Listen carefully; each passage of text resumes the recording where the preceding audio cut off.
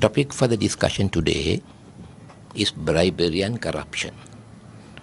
Bribery is rampant all over the world, as my colleague said. It cannot be stopped. It can all be minimized. Now, unfortunately, in Sri Lanka, we are proud to be the fourth dirtiest country in the world on bribery and corruption. Fourth in line now. So it is not a good situation in terms of foreign policy. In the eyes of the foreign world, I'm very sorry to use a word called, he will endorse, paraya. Paraya kina vachane has gone to the English dictionary. Now we have become a pariah state in every respect, and a failed state, and a, the corrupted state. It's sorry to say that. And who is responsible for it? And from when are we facing this? Or from when are we getting this position in the world? That is quite recently. Now, having said that, I urge you, because I'm aiming at the business community, I'm aiming at the international brotherhood, I'm aiming at the foreign embassies here and all over the world. Please read my article. It is in the internet. You just write my name, Sarath Vijayasinghe. Bribery and corruption is the main enemy for the nation. Sarath Vijayasinghe. Bribery and corruption, the main enemy for the nation. That gives a lot of information on Sri Lanka on the concept. So I urge the media to pass this on to your English channels, and also, if possible, to read this. It's in very simple English, and that will give insight to the business community. And business community is completely cut off now. You see, we are again. It's a sorry state that no one is coming here to a failed state, to a country with bribery and corruption. Inefficiency is most inefficient. We have got the most, sorry to say, we have got the most inefficient president and most corrupted, I don't mind saying corrupted, prime minister, who is responsible for the biggest scam in the world, one of the biggest scams, and the biggest scam in the entire Asia. I'll come to it a little later. Now,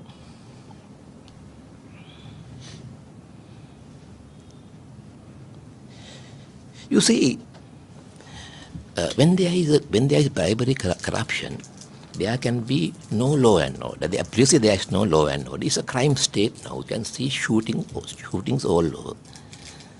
And judiciary is not independent. Judiciary is being now. I'm now in and out of Halstorf, and we know what's happening, and they are being looked after. Now there was a news this morning that the Attorney General is given a vehicle which is worth billions, I think. All the other judges are, of course, judges must be looked after. Judges must be very well paid. Judges must be given facilities. But why now? What is the urgency now at the moment? And being a Hulls of man, I'm telling you, the business community, that there were accusations of telephone justice. The telephone justice now is rampant.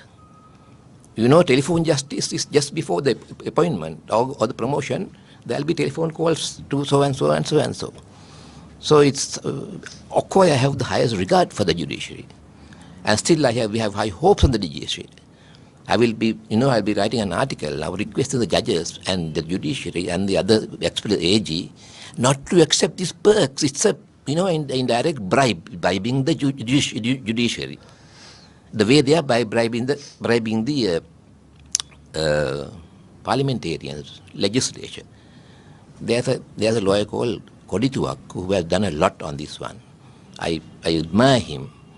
Though he is not in public, that is very, very hard. And he has pointed out as to how these people have sold their permits for billions. Everybody.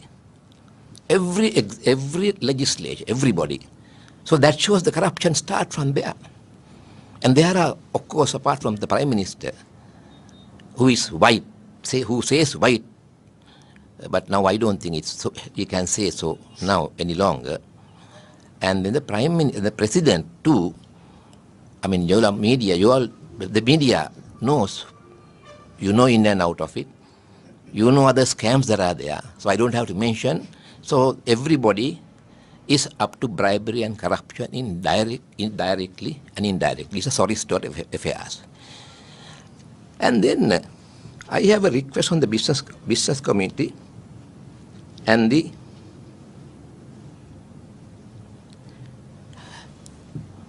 that there's no vision or a policy.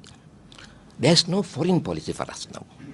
Please read my article on foreign policy, whether we have got a foreign policy. I'm urging the business community and the foreign embassies to read my article on whether we have a foreign policy.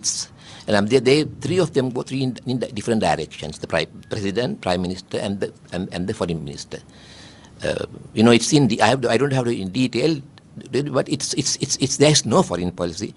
And the foreign policy is managed by three of them. But in fact, the foreign policy must be managed by the head of the country, head of the state. It's his area, unfortunately.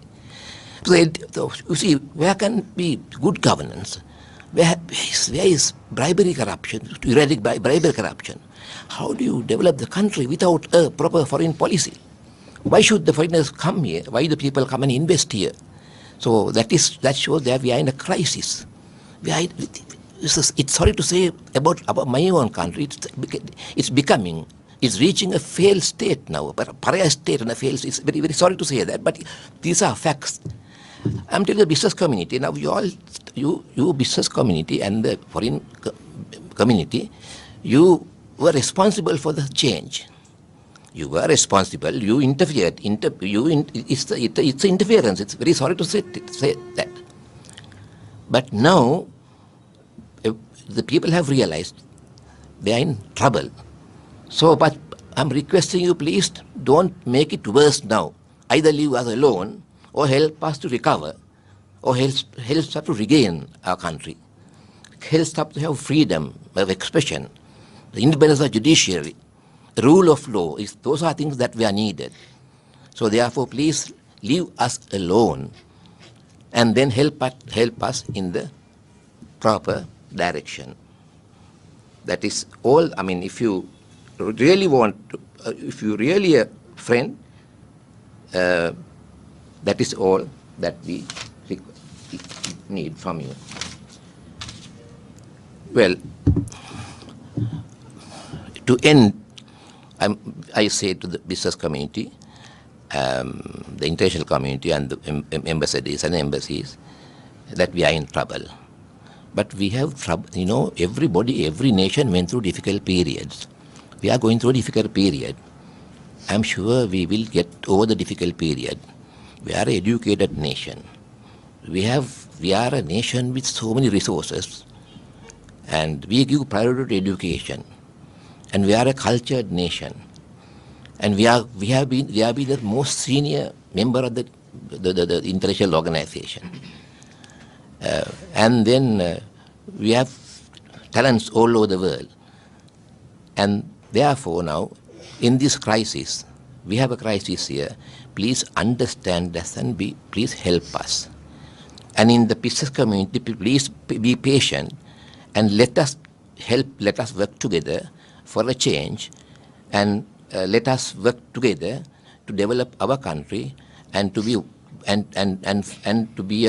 the efficient, energetic, friendly member of the world community.